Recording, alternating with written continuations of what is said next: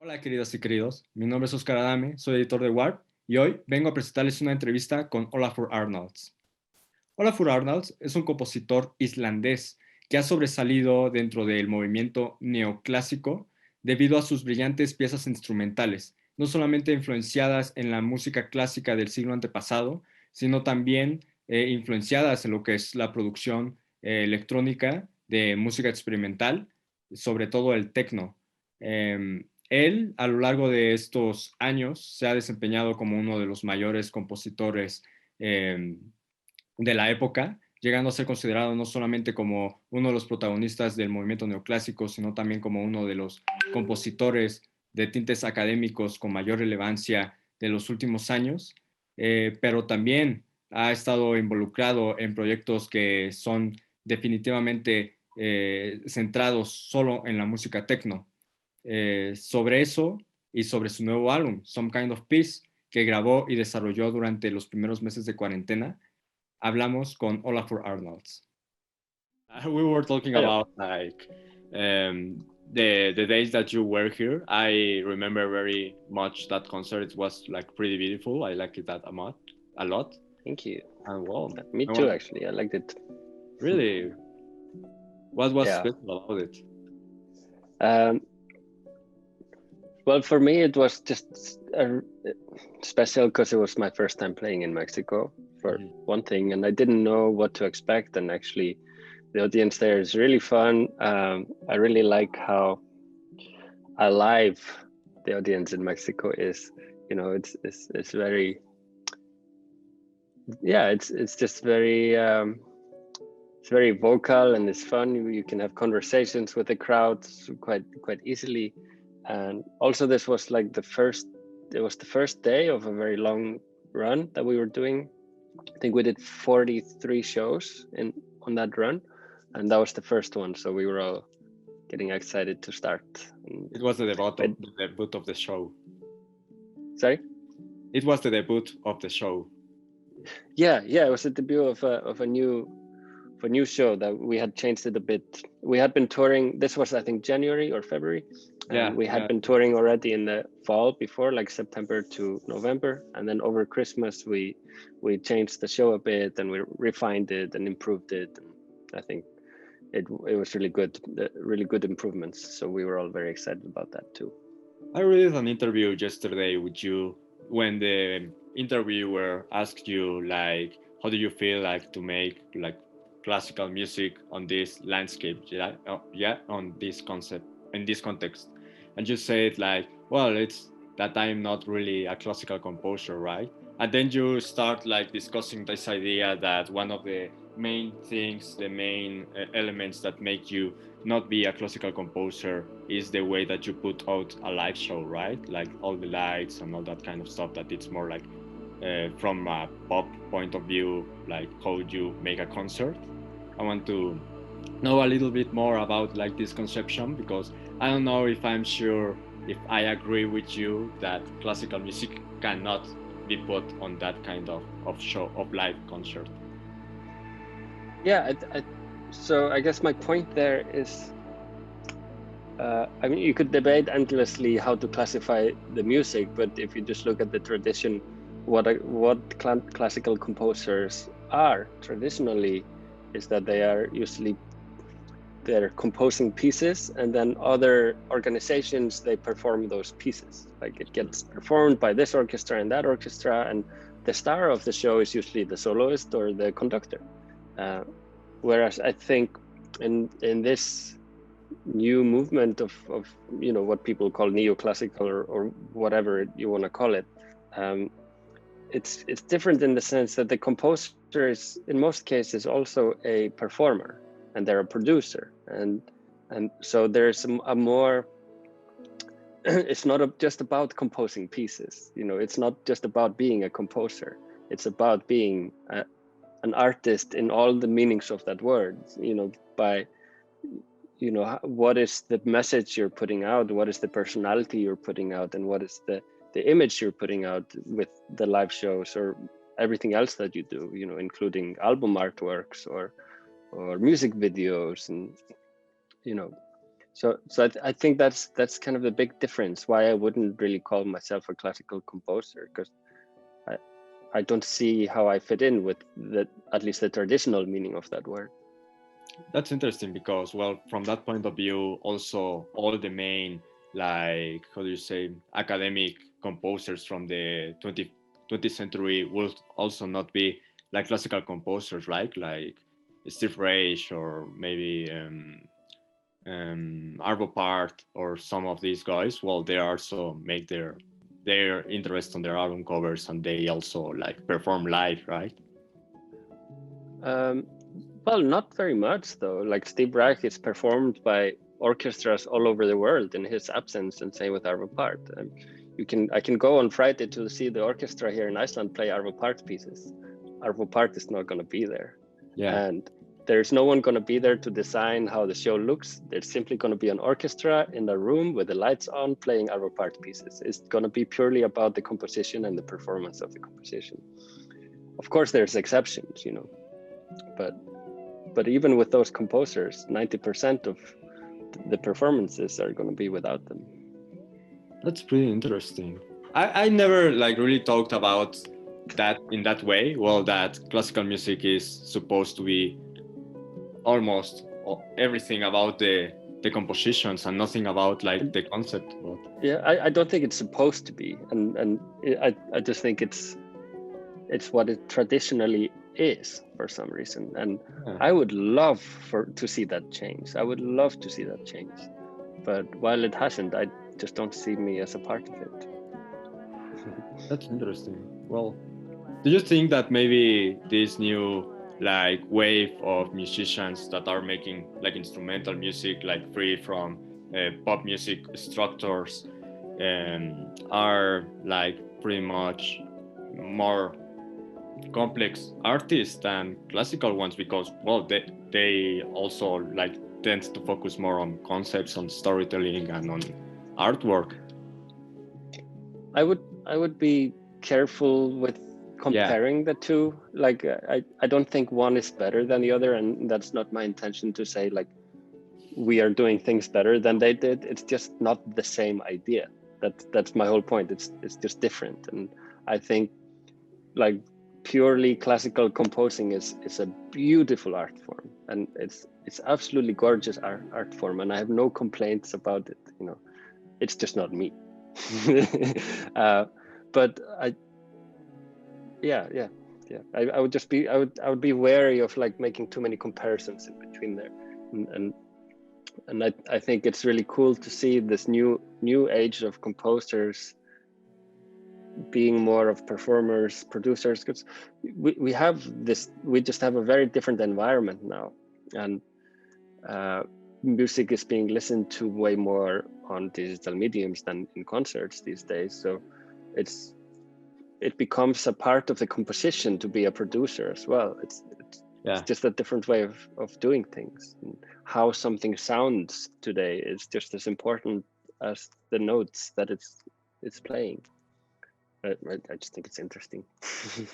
I read also that you tend to focus more on the mathematics and the process, the analytical process of composition than on the flow of consciousness, than most composers are more, how do you say, like near to it today.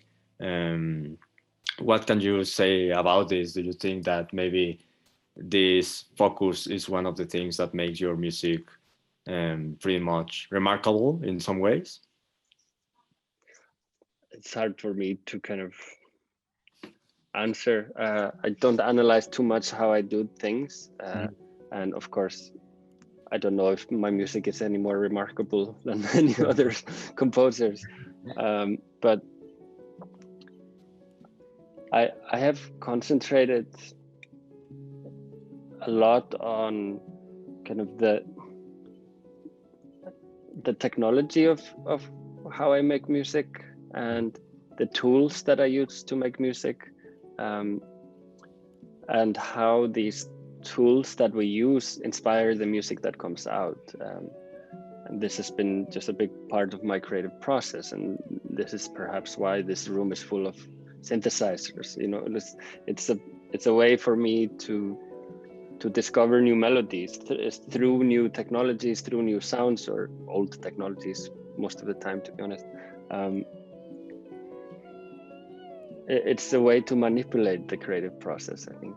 And sometimes the results are good, sometimes they're not, but at least they're new to me. At least they're bringing me somewhere. They're taking me to a new place.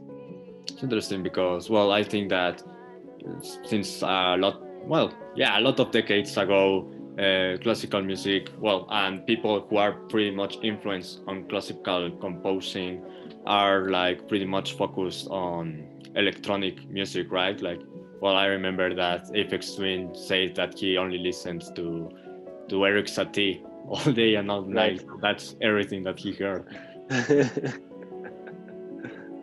So I want to know, like, what do you find on electronic music, being that you also have a techno project, that you feel is much, how do you say, like, potent and interesting for you as an artist? I think it's the sound design of it. I just remember as a kid and hearing techno the first time, and I couldn't see what's interesting about it. Sure. For me, I could only hear boom, boom, boom, boom. You just hear like a metronome. And until you develop this sense of hearing all the intricate details and appreciating how things sound as opposed to just a melody. And in techno, there's often a complete lack of melody. It's just about sounds. That's when I really started to understand dance music and electronic music. And this is what actually completely fascinated me about it. And I started obviously involving it in a lot of my own work, as well as starting even an electro project just to explore these sounds. And I think I get so much from it. Like Chiasmus for me is almost just a way for me to improve my own work, because I get to explore something there that I wouldn't normally do in my own work. And I get to learn something about all these electronic sounds and how to use them. And then I can bring that back into my work and use them in different ways. Yeah, I understand. I liked very much like a review from Simon Reynolds that he focused a lot on post-rock, right, at the end of the last century. And one of the things he says that I think resonated with me, because I kind of knew it, but not really, was that, well, post-rock tended to be pretty much oriented to not have like pretty much like limited structures and to not play with pop music elements in certain ways. But then Sigur Rós came with all the success, and what they did was like play with the instrumentality of post-rock, but also with pop hooks. And you say in that interview that I tell to you before that you were pretty much interested also on the way that pop is structured. And I can see some of that kind of element, that kind of pop hook in some of your songs. Mm-hmm. Yeah, that's very true. I was also very influenced by post-rock in my beginnings, especially my first album is very influenced by like Godspeed You Black Emperor and bands like that, who were kind of my first introduction to mixing all these influences together. They had a lot of strings in their music, but they also just had banging drums. And I was playing in rock bands but was listening to a lot of this kind of more classical oriented music. And so my first journeys were actually also very much based on pop rock, post rock. But yeah, I became just very interested in just seeing, I don't even know what to say, but you're just right. You answered the question yourself.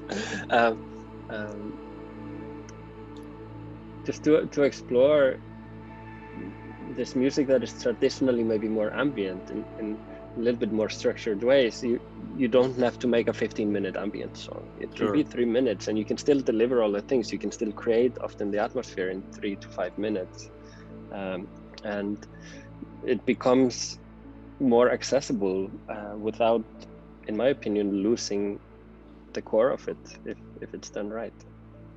It's interesting because, well, what people criticize about Godspeed You Black Emperor is like you had to wait like 12 minutes to get to something, Yeah. right, in the song.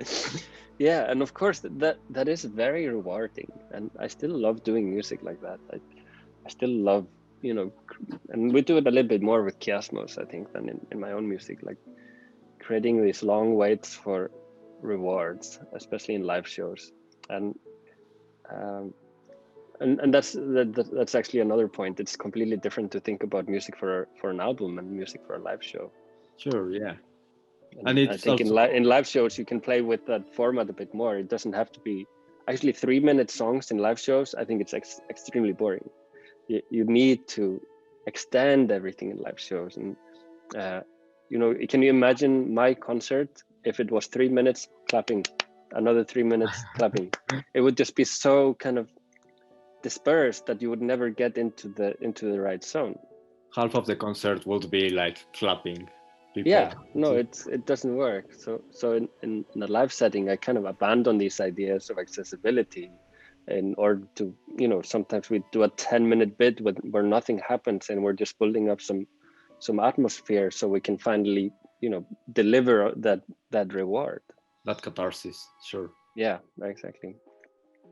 Some of the things that impressed me reading the press release that Universal sent me to make this interview is that, well, it says there that you were helping Sigur Rós in some way at your beginnings, but I didn't knew anything about this. I just opened up for them on tour, actually. Okay. Just toured with them. And how was it? It was great. I got to know the guys, and I still know them today since that time. And actually, I think it changed my life in some ways. These tours, obviously, it opened my music up to a huge new audience, like all Sigur Rós fans. Sure. It's a very easy segue into my music from Sigur Rós. So it was, in that sense, it was great, of course. But I think more importantly for me personally was that this was the tour of the album called Með suð í eyrum við spilum endalaust, that completely impossible title, but it was the album where Sigur Rós became really happy. And I saw this band that, I had seen them a few times before in concerts, and there would be these kind of long, heavy concerts. Suddenly they were becoming this band that was having a lot of fun on stage. And watching them play these happy songs all the time made me kind of jealous, because I was still in the phase where I was making really melancholic songs. And when I just made this simple calculation that if I will play, hundreds of shows for the rest of my life, maybe even thousands, that's a big portion of my life spent on stage performing this music. It better be happy, I better be in, a feel-good state of mind during those times. So it kind of pivoted me and my musical direction a little bit towards, I don't make happy music, but there should always be a sense of comfort and hope and something positive within the music. And since then, I've kept that. I haven't really made any music since then that doesn't at least deliver some sense of hope. Of warm. I think your compositions are pretty warm at the end of them. Yeah, warmth. Yeah. I forgot something. Well, before I remember, I have like this question that, well, you make an album interpreting songs from Chopin, and well, being that you have been like pretty much influenced by a lot of classical musicians, I want to know, like, why did you choose to make that album, and if you are planning or if you are open to make interpretations from some other composers? So that idea was a bit of a personal one for me. And the idea in the beginning was not about reworking any composer and then picking Chopin. It was sparked by Chopin's music. So for me, there was no other composer that came to mind to do this with. Chopin, through my youth was a part of my life, through my family, my grandparents in particular, would listen to a lot of classical music, and my grandfather especially was a fan of Chopin. So every time I came to visit, there was, I would hear this music and often been kind of made to listen to it. So I think this is what brought me down the road that I later went down. So this was kind of a personal tribute for me, of gratitude to them and to those things that led me to where I am today. On the other hand, this project was also actually, like we talked about at the beginning of this interview, a way for me to explore a different way of presenting classical music. Normally, like for example, normally when you get classical albums, they're almost like compilations, right? They're like a collection of all the nocturnes, or a collection of all the symphonies of Bach, or sinfonias. I mean, and these pieces are not always necessarily related to each other just because they have the same name at the beginning of them, so I wanted to explore trying to tell a story with a classical album, picking pieces, creating kind of a storyline, and picking pieces that kind of can tell that story in a way. And yeah, just exploring what's possible with recording and presenting classical music. What story do you think that album tells us about? I think like with any of this music that I'm doing, there's never a story that you can really say out loud. It's more of an idea. It's more of an arc that you create. So I don't think there's no storyline in a way. It's more like the creation of a feeling, right? Exactly. Yeah. I understand. And we call it stories because we're musicians, but if you ask a filmmaker, it's definitely not a story. Yeah, I understand pretty much. You're telling like a story, but only with feelings, like with ups and downs, and making everything flow. But yeah, and usually, as I said, with some hope at the end. Well, just to finish, the title of your last album is Some Kind of Peace. I have read it that you that it was like something that you made to feel yourself pretty much freer, and that it was like composed on this quarantine stuff, right? Like these pandemics. So I want to know, like, in this situation, in this context that we are all in, what has been giving you that kind of peace? What have you been doing that brings you peace? Well, funnily enough, it has been this album. It has been making this album. It has been producing it, mixing it, and after that, it has been designing it, creating the music videos. It's been trying to find ways of delivering music to people in these times where I can't go in person to do it myself. And so with any big problem in my life, and this is something I learned from my father, who's very my father has a long-term illness, and when he was diagnosed with it, he just said, this is a job now, this is my project. And he looks at it with such goal-oriented mentality, and this is something I really took from him, influenced from him, that this whole pandemic for all of us is a project. It's a challenge for us to overcome, and that depends on what is our passion in life, what that project actually becomes.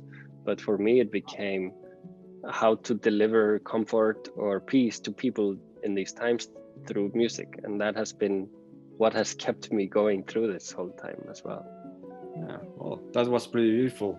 Thank you very much, Ólafur. It was a pleasure to talk to you. Yeah, you too, Oscar. Thank you so much.